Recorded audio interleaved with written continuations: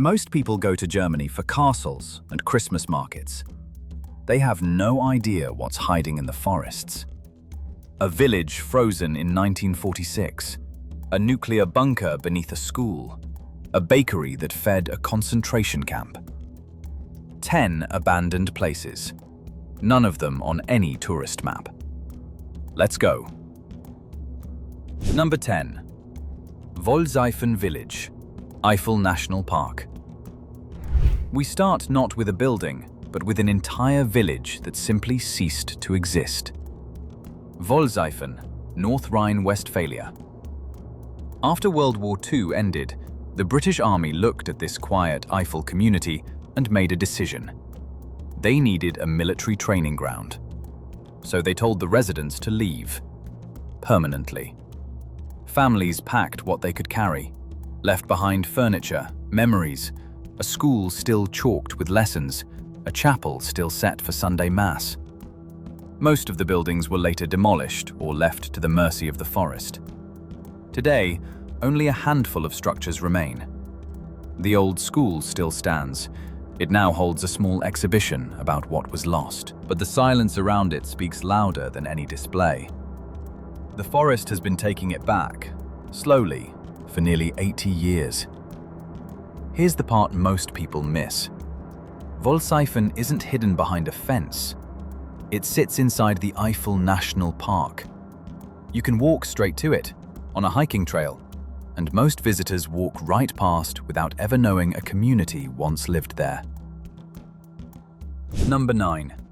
Heilstätter Grabowsee, Brandenburg. You've probably heard of Belitz. Every urban explorer has. But 40 kilometers north, beside a quiet lake near Oranienburg, sits a sanatorium that almost no one talks about. Heilstätter Grabowsee. Founded in 1896 by the German Red Cross, the first tuberculosis sanatorium in all of northern Germany. Think about what that means. At a time when TB was a death sentence, patients came here in their thousands, hoping the lake air might save them. Some survived, many didn't. The complex later became a military hospital, first for German soldiers, then for Soviet ones. And when the Soviets left, they left everything behind. Decaying hallways, peeling murals, faded but still visible. An overgrown park that once served as a therapeutic garden. Grabowsee has appeared in films, but it remains far quieter than Belitz, which means the atmosphere is still intact. Standing in those corridors, you're not looking at decay. You're looking at layers. Tuberculosis patients, Wehrmacht soldiers, Red Army officers, all using the same crumbling rooms decades apart. That's not just a ruin. That's a palimpsest of the 20th century. Number 8. Knickerbein Number 12, Baden-Württemberg. Here's where it gets genuinely strange. Hidden on a hillside near Maulberg, obscured by trees, there's a concrete structure that most people who walk past it can't identify. It doesn't look like a weapon. It doesn't look like much of anything.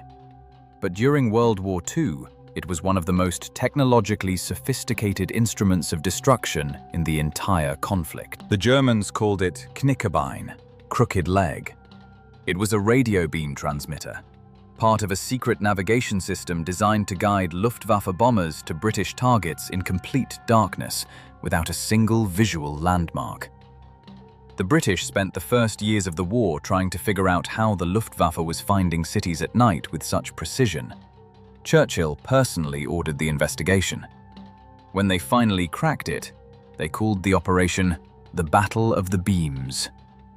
The Knickerbein transmitters were central to that battle, and this one, number 12, is still standing. Most people have never heard of it. Most aviation historians would consider this a minor miracle. Number 7. Former Sebaldushof factory, Treuenbrietzen. Deep in a Brandenburg forest, and I mean deep, the kind where GPS starts to feel unreliable, there's a complex that doesn't appear on most tourist maps. The Sebaldushof factory. built during the Nazi era as a munitions plant and not staffed by willing workers. Forced laborers worked these production lines throughout the war, men and women who had no choice, building the ammunition that would keep a regime in power. Today, the complex is a quiet memorial site. Remnants of the industrial buildings remain. The forest has swallowed most of it, which somehow makes it heavier, not lighter. There are no crowds here, no tour buses, no gift shop, just concrete and trees and the weight of what happened. That absence of visitors might be its most important feature. Number 6. Hubertusbad, Berlin. Berlin has no shortage of abandoned places, but most of the famous ones, Tempelhof, Spreepark, Bielitz, have been photographed 10,000 times. Hubertusbad is different. This public bathhouse in Lichtenberg opened in the early 20th century. It was an elegant place, built when a public bath wasn't just functional, it was civic architecture. A statement that ordinary people deserved beauty. After reunification, it fell into disuse. Nobody quite knew what to do with it, and so it stayed. The grand bones of the building are still there. Arched ceilings, ornate tile work, now peeling, cracked, shot through with water damage and time. It's intimate in a way the massive complexes aren't. Walking into Hubertusbad feels like finding a secret the city forgot it was keeping. Number 5. Hilfskrankenhaus Gunzenhausen, Bavaria. Now we go underground. Beneath a vocational school in Gunzenhausen, Bavaria, built in the 1960s at the height of Cold War paranoia, there is a fully equipped hospital. 600 beds, operating rooms, ventilation systems, medical supplies. Built for one specific scenario: nuclear attack. The logic was grim but straightforward. When the bombs fell, the existing hospitals would be overwhelmed or destroyed. So West Germany built auxiliary hospitals beneath civilian buildings, invisible, protected, ready. This one was decommissioned in 1996, when the Cold War threat had faded and the cost of maintaining it could no longer be justified. But here's what makes Gunzenhausen extraordinary. It was never stripped. The equipment is still down there. The beds, the operating lights, the whole apparatus of emergency medicine. Frozen in 1996, underground, waiting for a disaster that never came. And unlike most sites on this list, you can actually get inside. Guided tours run here, and almost nobody outside Bavaria knows they exist. Number 4. Dwarsieden Castle, Rügen Island. Most castle ruins in Germany are medieval, stone fortresses on hilltops. Dwarsieden is something different. Built in the 19th century on the Baltic coast of Rügen Island, Dwarsieden was an opulent mansion. Marble, granite, the kind of architectural grandeur that announced its owners belonged to a world apart. It hosted royalty, it attracted intellectuals. And then the 20th century arrived. After World War II, the mansion became a refugee camp. Thousands of displaced people crowded into rooms built for aristocratic comfort. Then the Soviets arrived and, in 1948, partially demolished the building.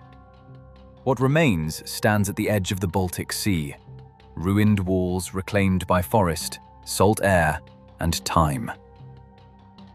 On a grey morning, with the water visible between the broken arches, Dwarsieden looks like something from a painting.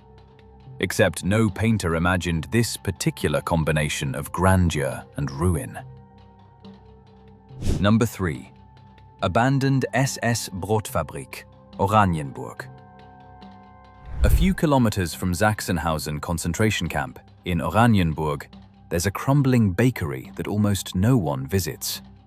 The SS Brotfabrik, the SS Bread Factory. At its peak, concentration camp prisoners were forced to bake here around the clock. Up to 40,000 loaves of bread per day, for camp inmates and for Nazi forces. The scale of it is staggering.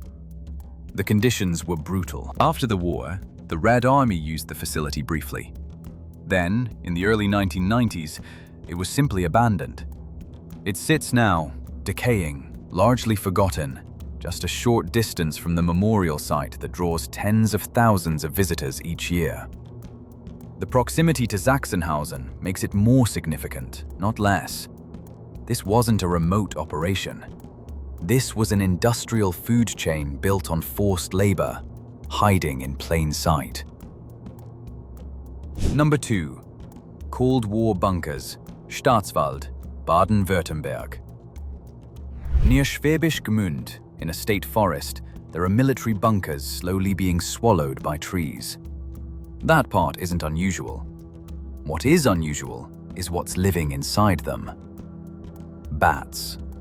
Endangered bats.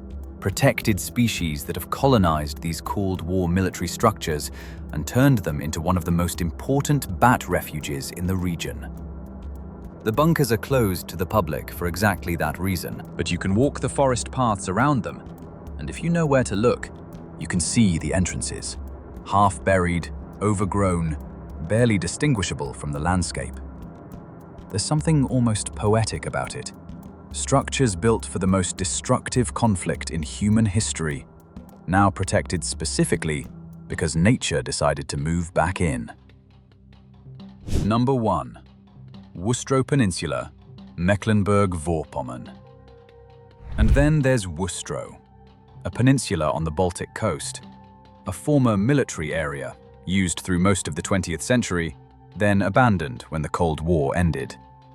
What's left is a genuine ghost town, dilapidated houses, an unused airport control tower, war relics surfacing from the ground as the seasons turn. The access is part of the story. You can't drive in. You can barely walk in. The land is contaminated in places, the hazards real. The primary way to reach it is by horse-drawn carriage, which only adds to the feeling that you're crossing into somewhere that doesn't quite belong to the present. It sits on the Baltic coast, wind-battered, nature reclaimed, utterly forgotten by the tourism infrastructure around it. Germany's most remote ghost town, and probably its most haunting. Germany didn't just make history, it buried it. In forests, under schools, on empty coastlines. These places are still there. Most people walk right past them. Subscribe if you want to keep finding the ones they didn't put on the map.